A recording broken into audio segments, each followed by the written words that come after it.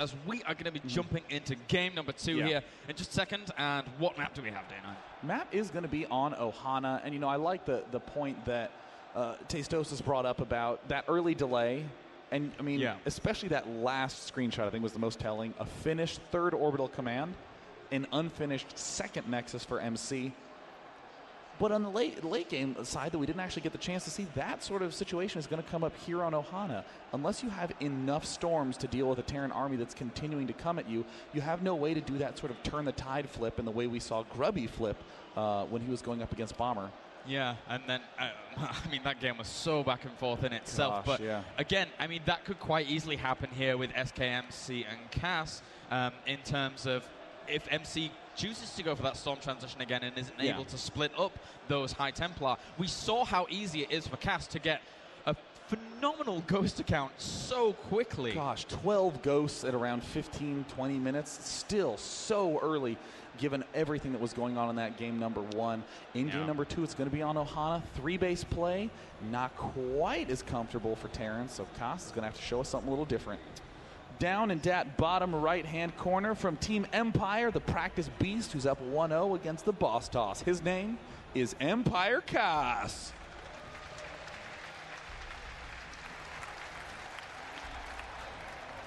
A phenomenal game 1 from him. His opponent, spawning up to the top left-hand corner, has to be a bit more methodical here. As, ladies and gentlemen, he needs your support. Give it up for SKMC.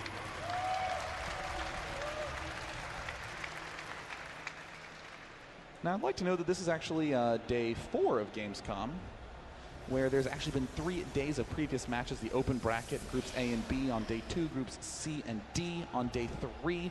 All the VODs have been uploaded for all those matches to youtube.com/day9tv and youtube.com/IEM. Go give them a visit. Also on the IEM site, League of Legends VODs have been uploaded there as well. However, if you're watching StarCraft 2 instead of League of Legends, you're a League of Legends guy, there's actually that other stream over there, about 100 feet to our right now.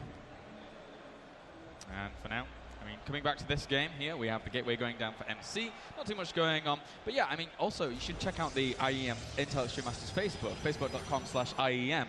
Give them a like over there. That's very, very nice and dandy. Support the sponsors as well. A big, big thank you to our sponsors, BenQ, Twitch, Patriot, and Intel. Let's give the sponsors a round of applause, guys. The crowd's so kind. They are. Saturday, finally, everyone doesn't have any of those workly obligations. They can show up right on time, bright and early, to watch some StarCraft 2. Actually, what time is it? Is it, what, 10:15 a.m.? Oh, it's 11 a.m. Wow, there's a lot of people here. You guys are awesome. Yeah. Empire Cass actually going for the gasless play. Pretty expectant. MC, whoa, that's an early geyser. We don't usually see that. MC here, looking... Is he flustered here? Is he legitimately flustered by Cass? I would imagine not. He's probably going to be doing the Squirtle style, remove 1 from gas and go for the 4 total in gas. I like that play quite a bit. May end up doing so, but actually, still have the 3 on there. 3 and 3. Okay, Day9, give us a breakdown. What's going on? Well, looks like Empire Cass yet again doing his Engineering Bay block trick. Again, this is I like this. This is not one of these, oh my god, I hope he does X follow-up. This is to put MC in a small box. Yeah. You know that there's only so many different plays that your opponent can do. What I really like is when Terran players follow this up with actually a 4th barracks to try to swat this down, but MC looks like he's gearing up to do some sort of pre-prepared expand build. This does look still very expandy in nature. I would imagine that he's going to go Nexus, Robo, and then a very late Gateways 2 and 3, and go for more of a Colossus focus and an upgrade focus in the mid and late game. Yeah, that's something that has haunted Empire Cass in the past. Something like if, for example, he goes for that early Robo facility, if he goes for the early Robo Bay as well, there's been moments and occasions in tournament play recently where Empire Cass just has not had the starport out available to get those Vikings out. So, you know, we always see Empire Cass going for a lot of bio very, very quickly, focusing a lot of gas and his attention on those upgrades and on that double engineering bay. Yeah, and I mean, even further, you think about, oh, I'm Protoss, I want to get my expansion up, oh, I'm screwed because there's an engineering bay down. Yeah. You think about it from your own personal point of view, but think of it from the Terran side. If an engineering bay is going down that early, these 2 barracks must be delayed. Therefore, there is no threat of any pressure coming out. These 2 gateways, a little bit delayed, no problem whatsoever. Getting these sentries up without having too much Zealot or Stalker support, no problem. And look at this Twilight Council tech going. MC may very well be doing what we saw Grubby do, the 8-gate Zealot Archon Warp Prism play. The funnest way to play in this game, period. I'm still always very skeptical of this positioning of Twilight Councils, though. I'm always thinking to myself, well, hey, maybe there could be a Dark Shrine going down, especially considering how much gas he had early on. Yeah. But, I mean, that's a little bit more unlikely here. MC doesn't want to throw, caution to the wind and just go gun-ho with something that could either do, a lot of damage or catastrophically fail. Yeah. Right now, I actually think that Koss is going very much so down the bomber route. Oh, this looks very bomber-esque. All that needs to be thrown down is a factory as a follow-up, and this will, and then the barracks 4 and 5 at around 8:30. A little after that is the big one. Oh, yep, Dark Shrine going down. It looks like it will be a Dark Templar drop play. Very, very nice. Most Terrans end up just taking the precautions at the front of their base with 1 missile turret at the natural, especially on Ohana, where it's so easy to be able to zone out that kind of play. But for now, Empire Cass, with just that 1 engineering bay down, he can throw down those reactive missile turrets, but he might end up taking a little bit of damage here without those foregone conclusions. And here's Warp Prism finishing right on up. As much as I love Dark Templar play, the important aspect is a solid follow-up. These geysers now going down. 3rd bases, very common to take, but you have to spend a lot on the Dark Templar. The real reason you love Dark Templar in this matchup is that it's hard for a Marine Marauder player to really do that much damage with direct attacks. Blink has to be coupled with this to defend against drops. Koss now going for his medevac play.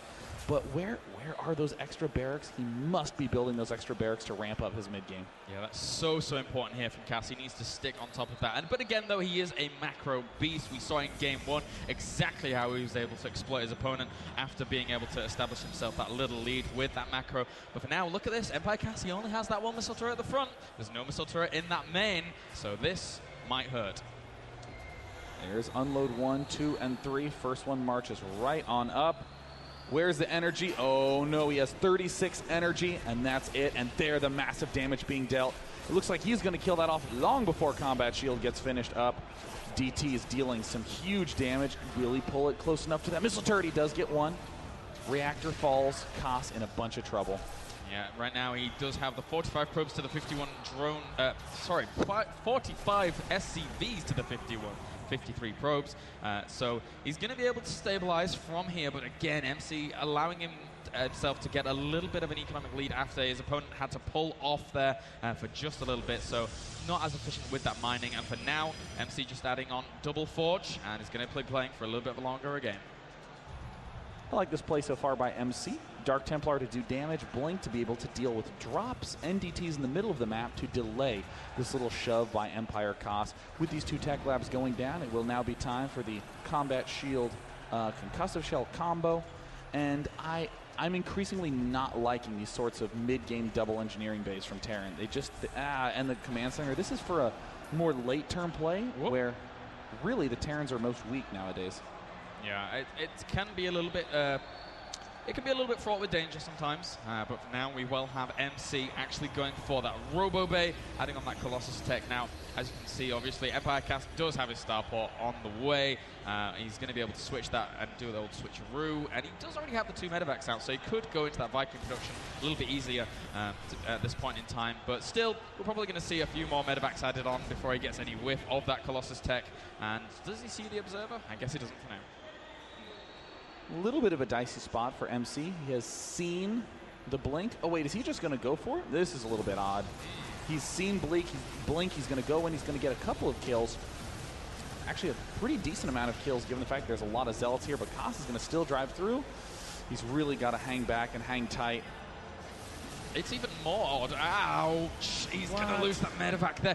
That was even more odd because Empire Cass practices with the likes of Empire Happy, and Happy is a player that will constantly go for drops, even if his opponent is on 2 base, as long as he doesn't see Blink. But once he sees Blink, instantaneous pullback of those medevacs, doesn't want anything to do with those Blink Stalkers. But for now, Cass does spot that Warp Prism. The Warp Prism is going to run away down to the east. Cass going into his late turn play. MC's looking very 2-base all-inny. He didn't stop at 6 gateways. He's going all the way up to 8. Looks like he is really in the mood to go for a big mass Zealot warp in play. And look, already he's up to 16 Zealots, 38 Marines on the docket for Cass. 2-2 upgrades getting started. MC could very well go for a 2-2 timing push. There's a lone Dark Templar down here that was on hold position, but it was just slightly off, not allowing that orbital command to land. So he just a slight misstep there by MC. Wanted to delay that for just a little bit longer. Meanwhile, though, we do have that 3rd on the way, and the Templar Archives on the way as well. So MC going up to a lot of AoE damage here very, very quickly. Yeah, you know, I was talking about, wow, it looks very 2-base all-in-ish, getting those 8 gateways, but, you know, I even forgot what I was talking about earlier on, that he leaves lots of idle gateways. He was at 8 idle gateways, and this way, if a drop suddenly comes here, boom, 8 Zealots. Or if this whole force is away, boom, 8 more Zealots. This is a very defensive play against Cass, very defensive play against Cass, because he's seen so much aggression out of Cass in the last game. And for now, Cass adapting to his opponent and what he's seeing here. Went for that 2nd starport way quicker than he did in game number 1 after seeing that Robo Bay. Very, very important at this point, just in case you need to really fuel that Viking production. And MC threatened with double Robo last game, so that is always a potential. You're able to get so many Colossus out so quickly, and that's why it's so pivotal to have that 2nd starport at this point. Yeah, I love the 2 starport play, but I don't love the overcommittal from Cass. The reason that this sort of thing works is because you're being aggressive. You're forcing the Protoss to pull all his stuff to the front. Only just now the Ghost Academy's going down. If you wanted to be passive, you should be coupling your double starport play with more Ghost Academies and with more expanding. So MC's now moving out with this Warp Prism. It gets spotted. Observers brilliantly spread about the map. Yep, love that factory positioning there from Cass, able to spot exactly what is going on down the avenue of attack, which is so common for Warp Prism play to actually go down, especially from the likes of SKMC, who really tries to stretch their opponent thin. For now, he's going to place the Vikings over there, trying to hunt that Warp Prism down, but it has, in fact, retreated to the main. Mobius Reactor on the way, as well as +2, +3 here for our Terran. And, I mean, both the supplies looking very, very even right now, but Cass still in a very good position in terms of that macro. If you're able to go toe-to-toe with the likes of MC and macro, you know you're doing something right. Yeah. Empire Cass moving forward does need to be careful about these storms, though. 4 Ghosts under production. Cass is going to lead with the Vikings and lead with the Ghosts. This will draw the Colossus to the front as they're trying to pick off the Ghosts. And a money scan from Cass. Look at this nice angle coming from above. Yeah, he's going to be able to break down those rocks and establish himself a really nice position. Not only that, but the architecture towards this 3rd lends itself very nicely to those Vikings. There's actually not that many Stalkers here, so those Colossus are going to die so fast if an engagement comes. Cass is realizing, though, that without any Ghosts, he can't hope to engage. He has his 8 barracks total down now. Throws down Tech Labs on all of them. He wants to get that Ghost count going as high as possible, as soon as possible. 4th Command Center almost done. 5th Command Center started up, and the Ring of Turrets as well. Very defensive from Cass. He's starting the +3 armor. It's just a classic max versus max passive game. Yeah, right now we have 16 gateways. Going to be soon done here for MC on this 3 base. Going very, very gateway heavy against what we're seeing from Cass right now. 3-3 on the way for MC. But again, the 3-2 has already finished here for Cass, and he's actually going to be using some MCVs to buffer this, and then maybe potentially sacrifice them, as he is now going up to the more higher upgrades orbital commands. Oh, look at this. Warp Prism with the High Templar. That's a great way to protect High Templar from snipes and EMPs alike. Not a good way to protect him from Vikings. One of the reasons why players have steered clear of it. My God, Cass is at 5 Ghosts, going up to 11 in a moment. God, he's producing 6 at a time. That is absolutely phenomenal here for Cass. As MC right now, though, he is not down and out by any means. He has such a phenomenal army himself. A few Colossus mixed in here. And actually, is this like an overcommittal to Vikings just for 2 Colossus? 12 Vikings. I don't mind it that much because Koss is essentially doing a bold play. He's down to 47 SCVs, very confident. He's saying, I want to win with just 1 army. I don't have the ability to replenish. I don't have lots of SCVs. I don't have a lot of money in the bank, but I can win with this 1 single attack. All he has to do is wait for that cloak to finish up, and then he can scan and pick off any observers on the map. There's actually only 1 observer in the map, and here it is, front and center, right in the middle. Koss is dangerously close to being able to just cloak and kill. Yeah, MC has to be very, very careful about this. Right now, the Ghosts trying to find a little bit of an angle of attack there. There's so many Ghosts. They do have Cloak, but again, they actually are so clumped up here that Storms could do a little bit of damage to them as well, despite actually getting that Cloak if he goes for it. There's the Observer at the backside, and it looks like MC realizes it. Koss is going to have to start spending more scans. He gets 1 snipe down, but there he kills it off. Yeah, and here's the push. Oh, Zealots in a nice funnel.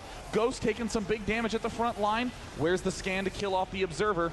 That's so important here. There's more observers in production, though. MC knows he's a little bit vulnerable after only having that one observer. Where's the scan? He needs to kill it off. A Storm whiffs at the front. Meanwhile, great EMPs on those 3 High Templars as he did move forwards here. He still has a lot of energy left on those Ghosts. Don't count him out just yet. He throws down the scan. Is the observer dead? He still has 3 on the field, and the Zealots are actually charging in to be able to try and deal with this. But look at how much firepower the High Templar. In the Warp Prism. The big Storms land from MC, but it may not be enough. Those Vikings need to land and step into the fray. Koss and MC tied at 123 food. Now continuing to storm the front. Koss is running a little bit low on his basic force, but he will be able to kill the 4th base of SKMC. Oh, there's still so much firepower here for Koss. So many Zealots warping in from MC over to the right-hand position, trying to shred away this bio as quickly as he can do. There's still a lot of energy left on these medevacs, though. He really needs some kind of feedbacks or something to be able to deal with that. But the 4th base now under assault here for MC. It's going to go down, and Koss is so happy right now. Koss just needs 1 more target fire. Shoot the Nexus. Shoot the Nexus. Oh, no. He gets the Nexus. Incredible EMPs. Everything goes down.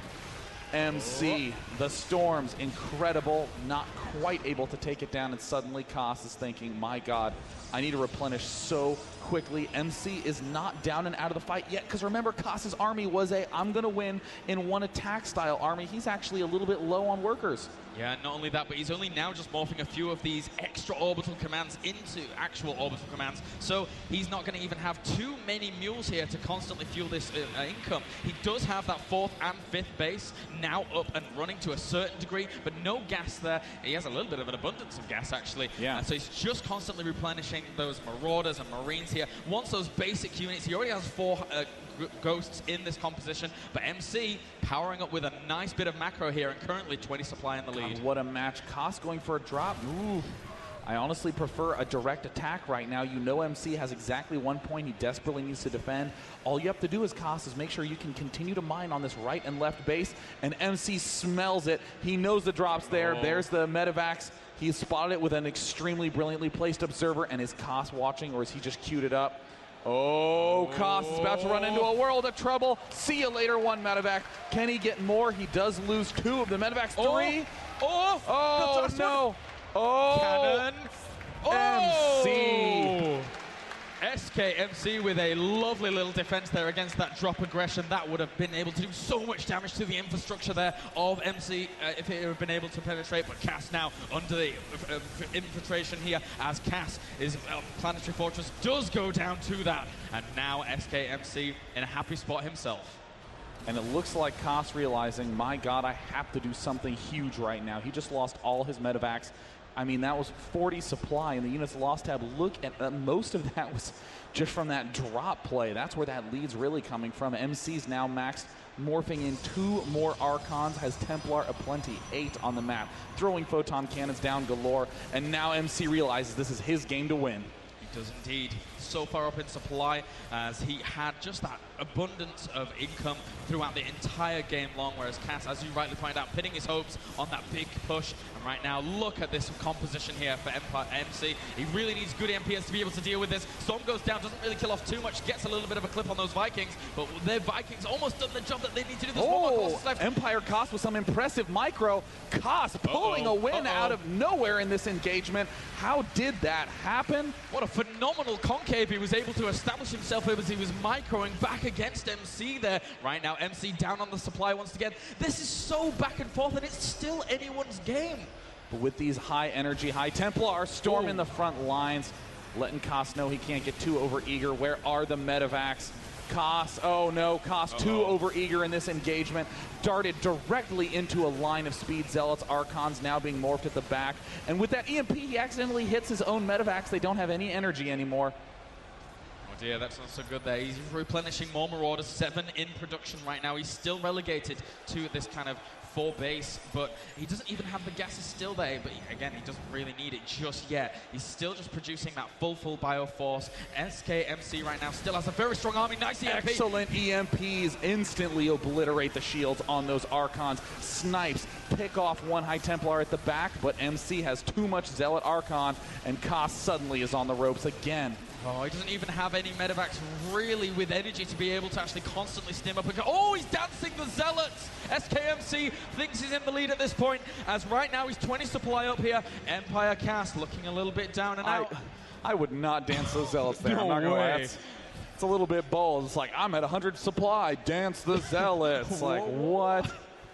Oh, and at the right position, MC takes the opportunity to cinch a kill on the right expansion.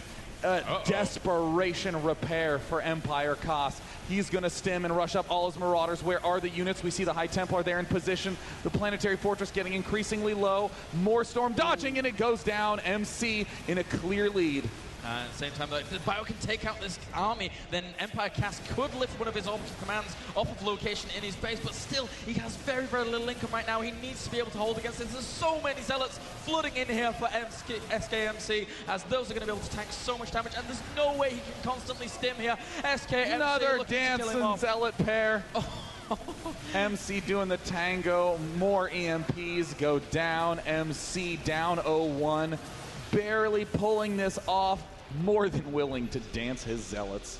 Those dancing Zealots, man. Empire Cass, you know, I mean, he must have seen the dance that MC has been able to do with that Zealot dance previously, but SKMC now with those Zealots pushing forward once again. GG! SKMC ties up the series here. Wow!